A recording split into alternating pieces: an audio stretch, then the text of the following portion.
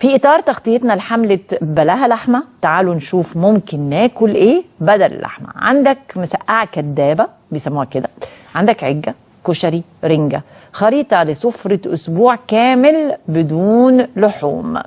احسبي أكلاتك على قد ميزانية الشهر ودلعي السفرة بأكلات مغذية وعلى قد العيد، على قد الإيد. نشوف التقرير.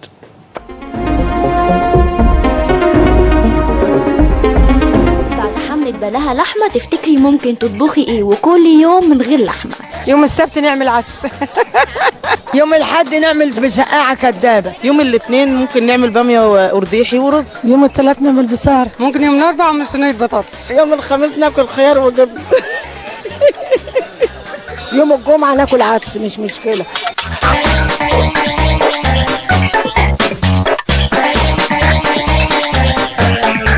ممكن تعملي مكرونة تسلقيها الأول وتحطي شوية زيت في المية وترميها المكرونة على ما المية تغلي، تروحي رمية المكرونة وتقلبيها.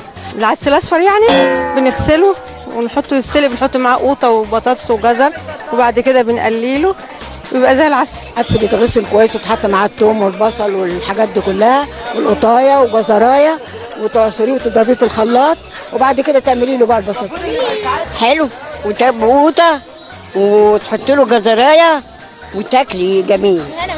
والهنا والشفا. بتسلقي القرنبيط وبتعمليه بتعملي له الخلطه بتاعته، بيض مع ثوم مع خضره، ملح وكمون وفلفل والحاجات دي بس، وتقليه. نقليها ونخد عليها بالقوطه ونروح حاطين البتنجان والفلفل وربنا يحلي زادنا. هنحمر البتنجان والفلفل ونعمل التسبيكه هتبقى اخر جمال، ونص كيلو قطع عليها اخر جمال، وناكل ونبقى اخر جمال احسن من اللحمه. اكله من غير لحمه. اكله من غير لحمه ما ينفعش. مش اكله من غير لحمه؟ لا يا شيخه، ما بتعمليش مكرونه، عدس، جلاش؟ لا، لحمه على طول. ساره؟ لا. ايه؟ لا بطاطس، فاصوليا، كل حاجه. مفيش حاجه اردحي؟ لحمه لا، مفيش حاجه. ربنا يديك الصحه. تقلي البصله كده والثوم وتحطي القوطه وبعدين الباميه هتغلي مع بعضها، خلاص سبكت 100 100.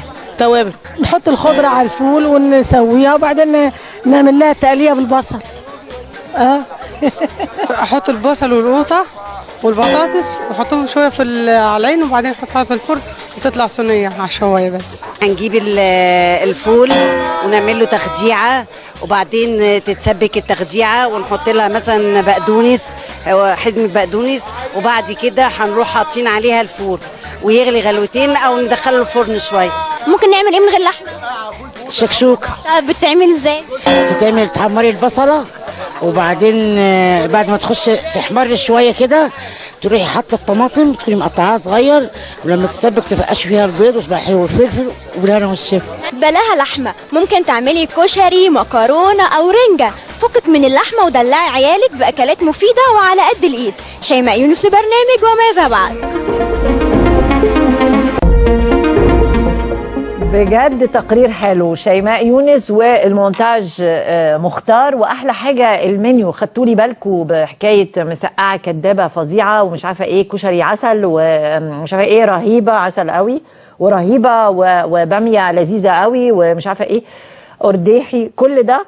بس وعجبتني قوي الجمله بتاعت ربنا يحلل زادنا، او هو قال يحلي ولا يحلل؟